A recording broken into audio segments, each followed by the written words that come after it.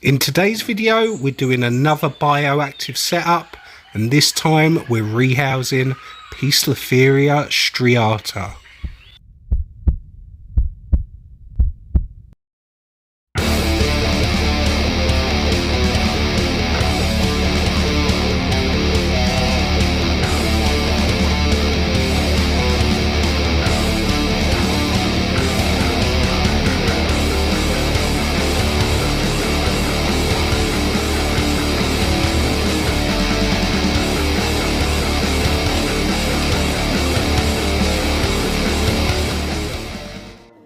Hello everybody, welcome to this latest episode. I am your host Robbie and this is Robbie's Talking Teas. Tarantula content for tarantula lovers just like yourselves. If you want to become a better tarantula keeper or just admire these awesome, amazing animals, make sure to subscribe to the channel, like the video and put a comment down below.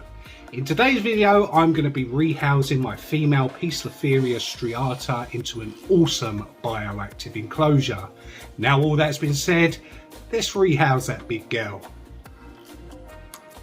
So here we go, let's set up the new enclosure for the poecilotheria striata. Now this is going to be a bioactive setup. It is going to have springtails in it and isopods and all that good stuff. I haven't got much moss though, so I'm thinking of going with a more sort of foresty type feel rather than a jungle type feel. I don't know, we'll see how it goes. If it doesn't come out how I intended it to, then I will obviously go out, collect some moss from the forest and stick it in there and revamp the enclosure again, but I obviously won't feel that. So we're going to put the clay balls in here to start. Drainage layer. I'm going to have to get some more clay balls. Just bear with me a second, because that's definitely not going to be enough. Sorry that this little bit of the video is boring people, but I do know that a lot of you appreciate the process of making these setups.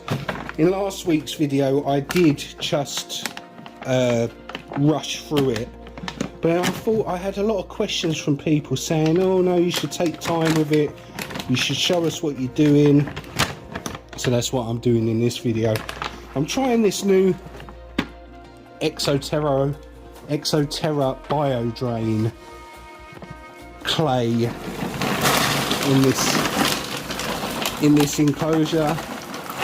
It's made from the same stuff as the normal clay balls that you get, but this is more, as you can see, more chunky than the balls, but it's just broken up pieces of clay.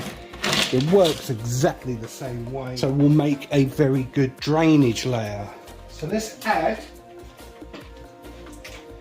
some water to this drainage layer. Let's add the water. I forgot to do this in the last enclosure. That should be more than enough. Let that soak in. Put the drainage mesh on top. Oh, I can hear it all fizzing and bubbling. Never heard that before. Leave this little corner empty like I always do. And let's add the substrate. The substrate is my normal mix of topsoil, cocoa fibre and vermiculite.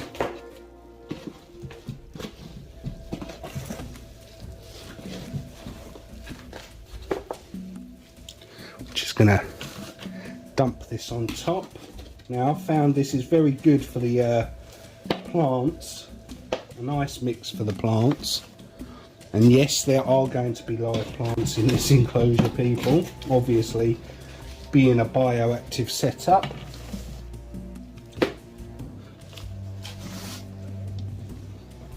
Just pat that down. I want to get this nice and compact. Come on, Rob, get on with it. And start putting this together. So I'm going to start moulding it and making it take shape as I go and adding bits as I need it. Now, I've noticed a trend in my recent enclosures. I'm always putting the hide on this side and putting the plant on this side. So today I'm going to mix it up. I'm going to do it the other way. I've got a nice big cork bark tube here that I might stick here, right in the corner. Right in the corner. Now this is going to need some more substrate just to pin that in. Well, actually, I may use that piece. Actually, it's a lot nicer.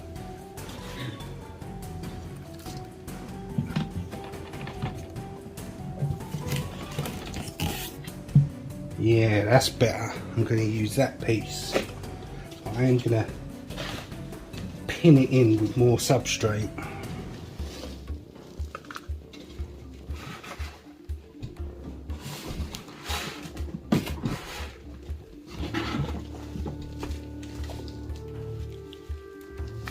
Some there at the front. We're going to pack that in like so.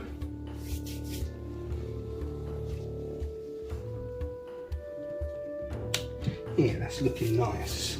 And then we're going to put a plant on this side.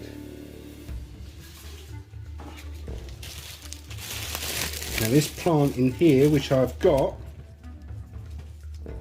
is a dwarf umbrella tree.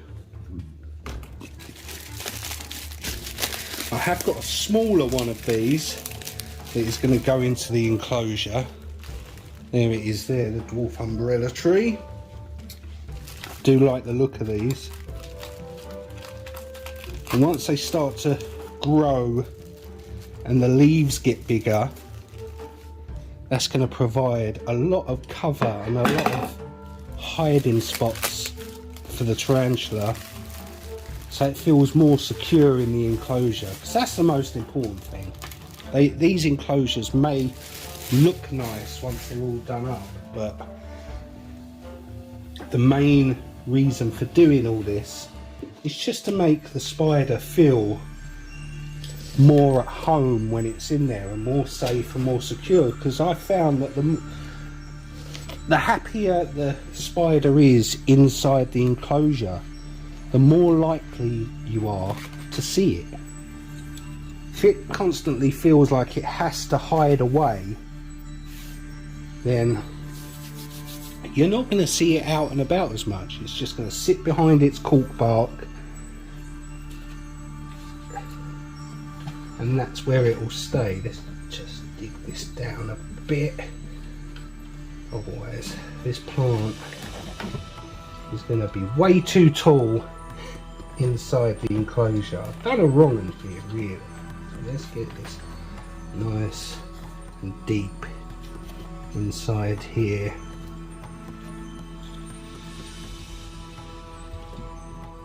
You're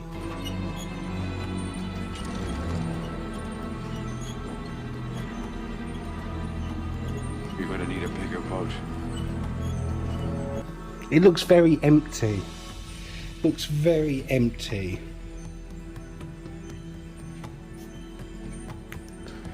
We can change that. We can do this up. You know what I'm going to do?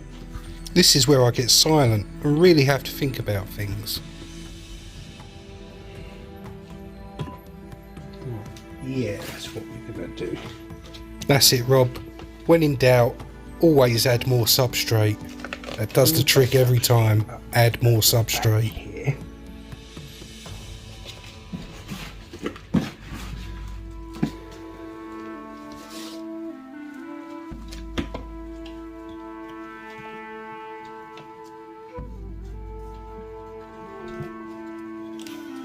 Probably should have put less clay balls in here, to be honest. We're going to take this little plant This is the smaller of the umbrella trees.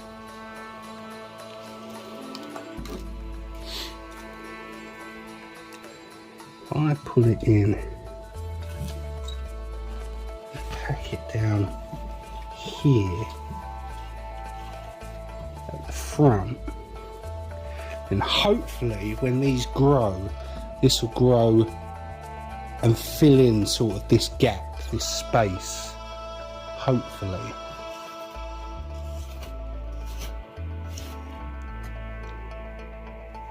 And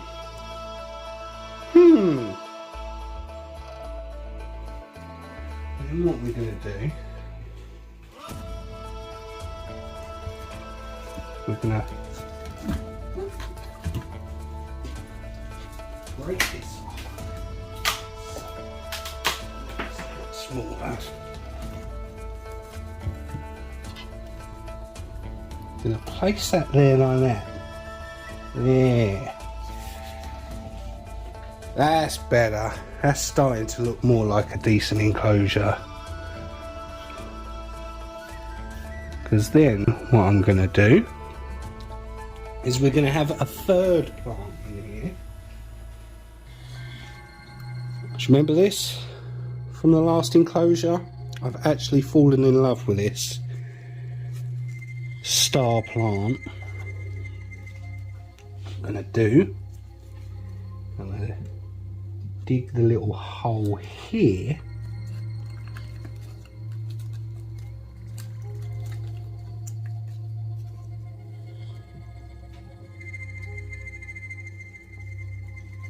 and apply it in here. We're going to push this down. Push this down so this can grow right here, and hopefully that will spread out. So now what I need is my soil for the isopods. Let me just get that. So we've got it here, the decayed leaf. We're going to stick this in here. In fact, I'm going to stick this at the back here. I stick this all in the back. The isopods and the springtails will love me for it.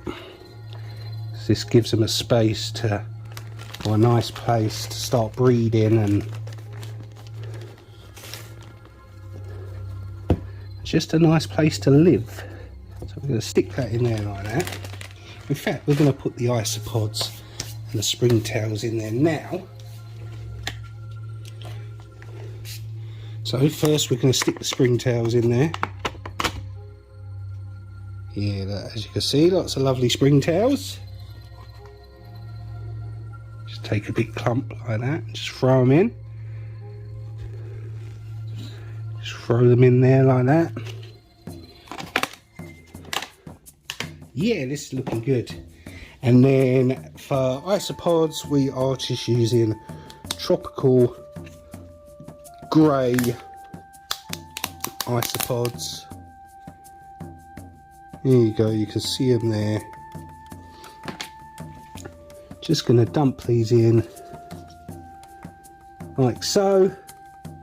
Let them go about their business, do what they need to do, and they will make a fantastic cleanup crew. Check the water dish fits. As per usual, we're going to put the water dish in right here at the front. Most important component of the entire setup. So we're going to have that there. Now, I did say I'm going to make this more like a forest floor. So, let's stick some dried leaf litter in there. Just to sit on top of the decaying stuff. Let's just make this a bit more.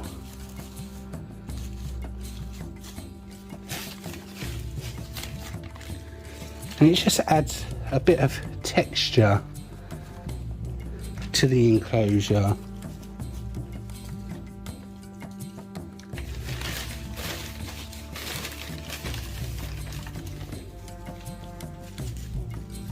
does make it look more forest floor like.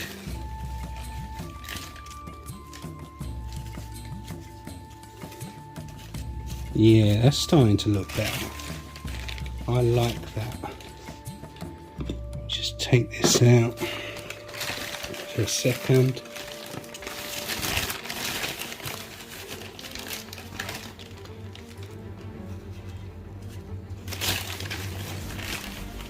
Ooh, this is looking great. I like this.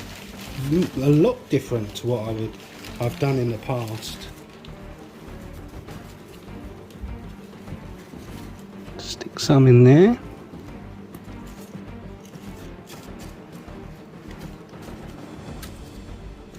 Yeah, that's cool. I like that.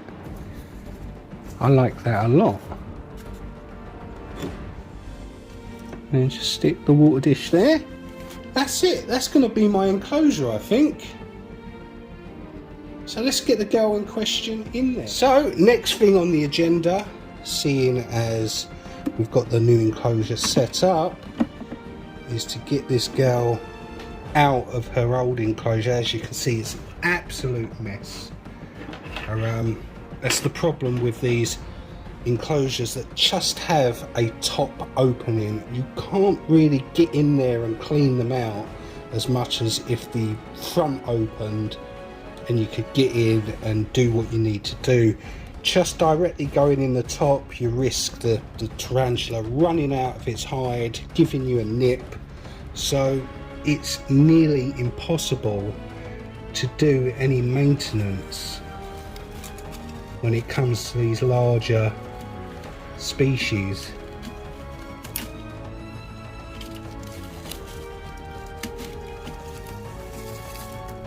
And that is the last thing that I want to have on my hands, is a agitated and aggravated poecilotheria.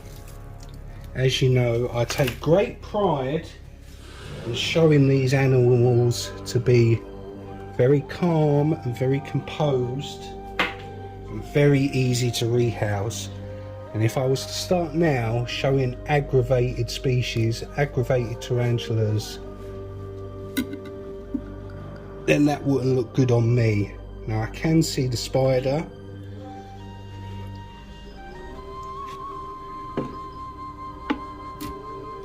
She is just resting on this cork bark.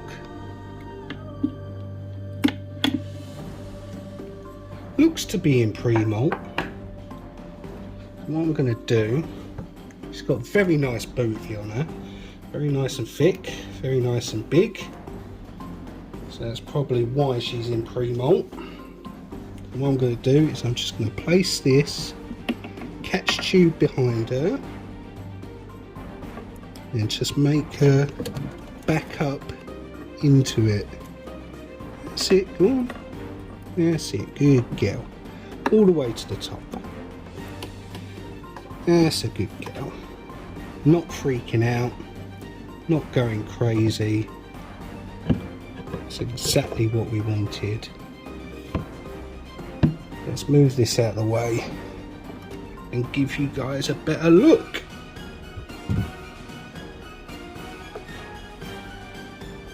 There she is, looking absolutely beautiful.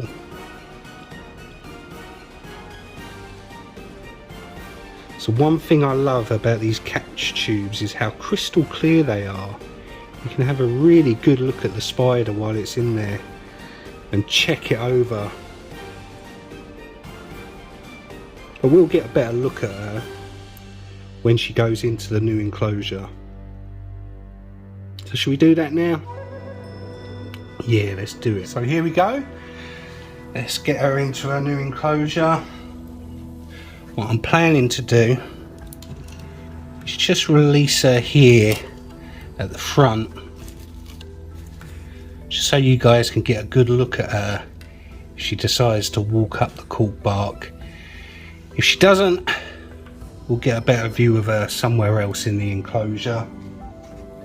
But don't worry, we will get a good view of her.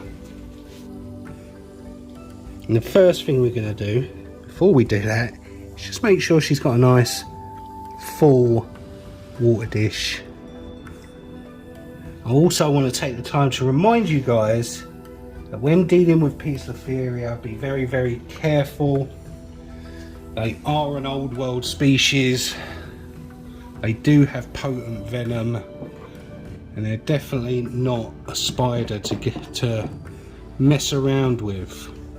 It's like now she's perched herself up at the top here, and I don't particularly want to pull off the lid while she's sat there, but I don't think I've got any alternative but to do so. So I'm just going to be really careful not to spook her.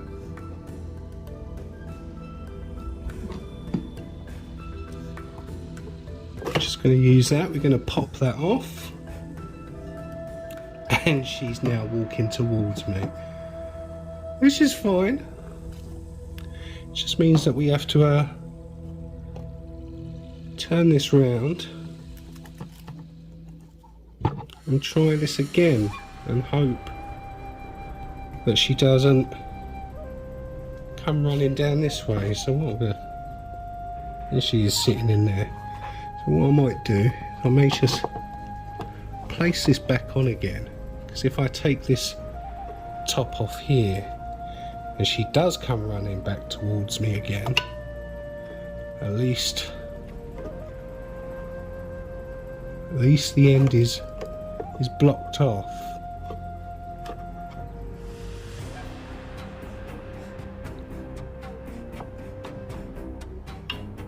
There you go.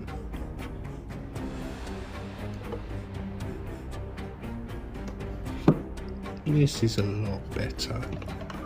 What we're going to do is we'll place this here.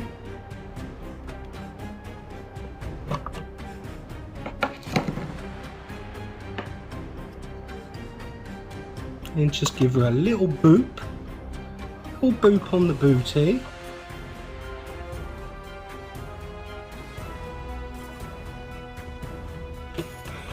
And then she goes into the new enclosure.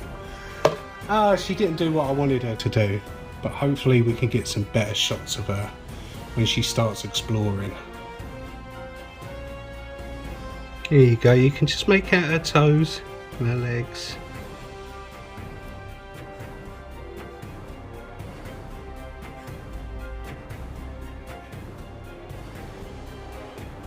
Exploring the enclosure.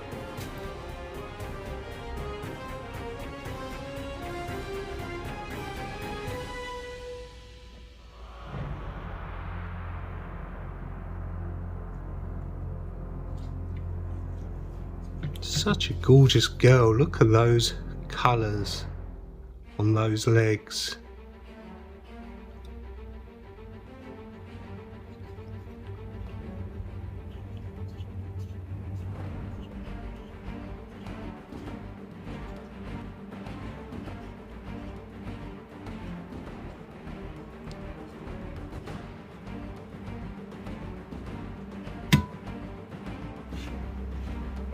There she is.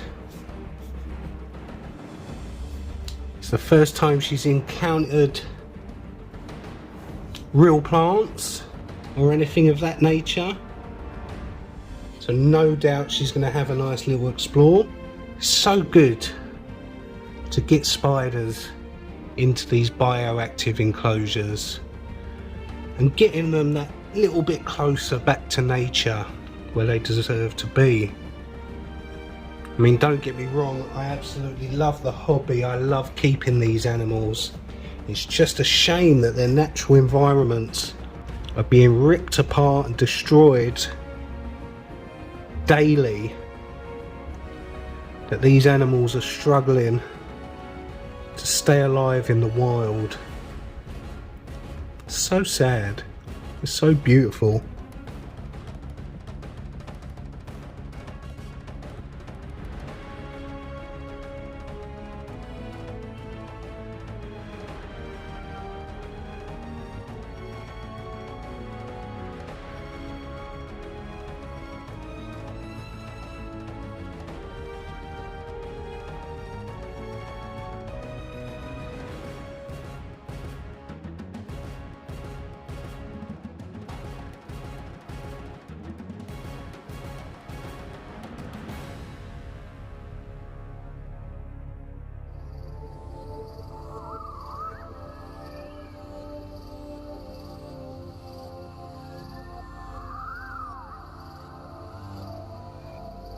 So there she is in her new enclosure, up behind the plant. I'm going to leave her there to get settled in, and I'll give you updates on this enclosure as time goes on.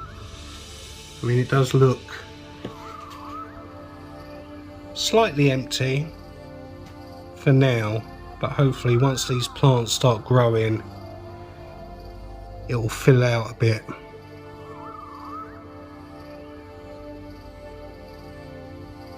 And she'll feel more at home. I'm happy with that.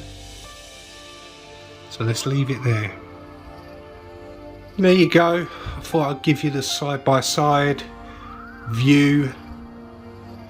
She's right there next to the ruffulata that we rehoused last week.